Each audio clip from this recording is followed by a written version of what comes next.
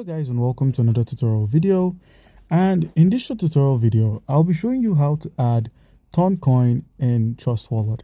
Yes, that's right, you heard it well. You can simply add your TRON coin or TRON tokens in Trust Wallet. I'm going to show you how you can go about it.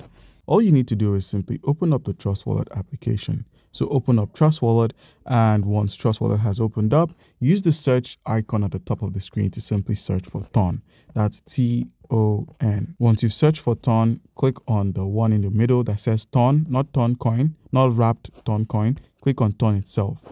And you're going to have to take some precautions. As you can see here, it says, please don't send jetons, those are tokens on the TRON network such as USDT, Notcoin to your wallet, as we do not support it yet. You could click on the receive option to receive your TRON tokens, such as the TRON coin itself. If you click on send, you're sending just the TRON coin, and if you click on buy, you're buying just the TRON coin, or you're selling just the TRON coin.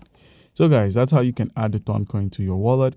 Do comment down below if you have a question. Don't forget to like and subscribe. Thank you.